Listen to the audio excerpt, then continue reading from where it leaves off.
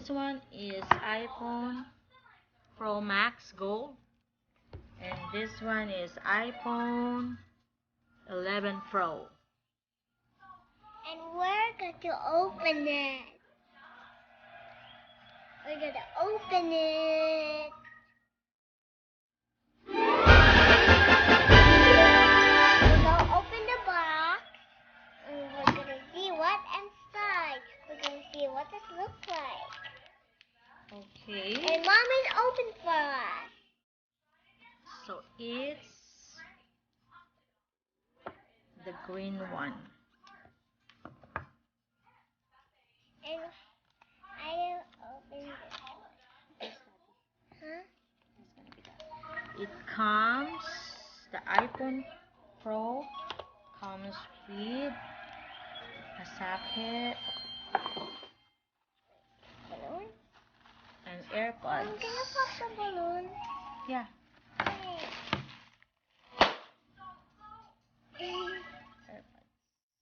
So,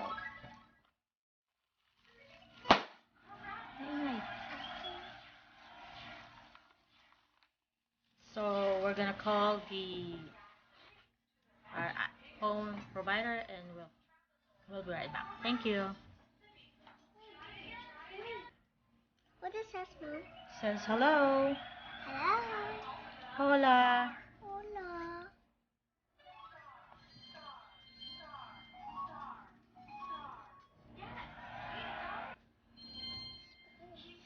This is the camera. I'm picturing.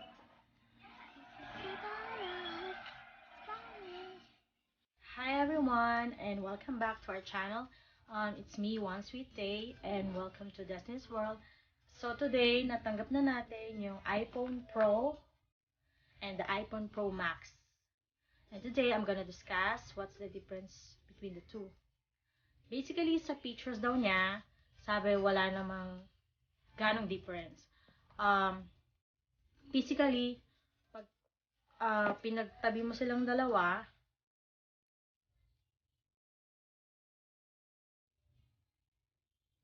mas malaki yung iPhone Pro Max.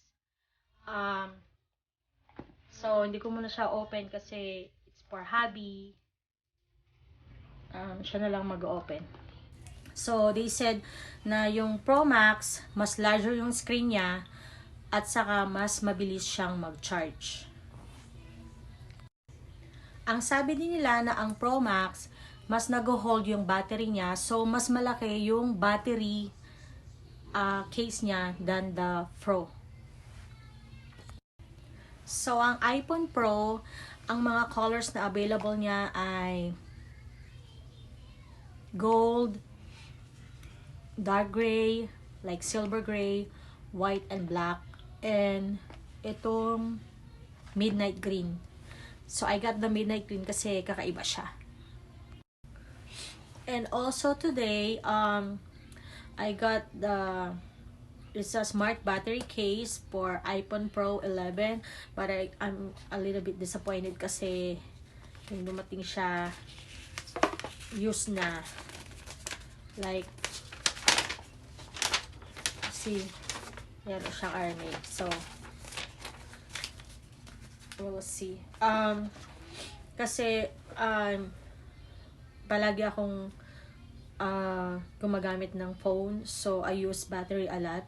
That's why I need a case, like a battery case that I can bring anywhere. At saka yung last time yung phone ko nabagsak siya,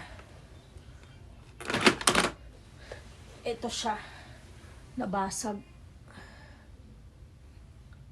ayan, sobrang nabasag siya. Ayan, kasi wala akong case na maganda.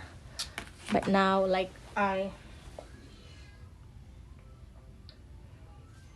bought this case, so para kahit saan ako pumunta, extended yung battery ko, if I don't need to charge it. That's all for today. Ililipat ko pa muna yung mga item ko inside here, and I need to call my carrier. So thanks for watching, guys. Next time I'm gonna pictures what are the apps na nilagay ko sa phone ko, and I'll let you know. Thank you so much for watching.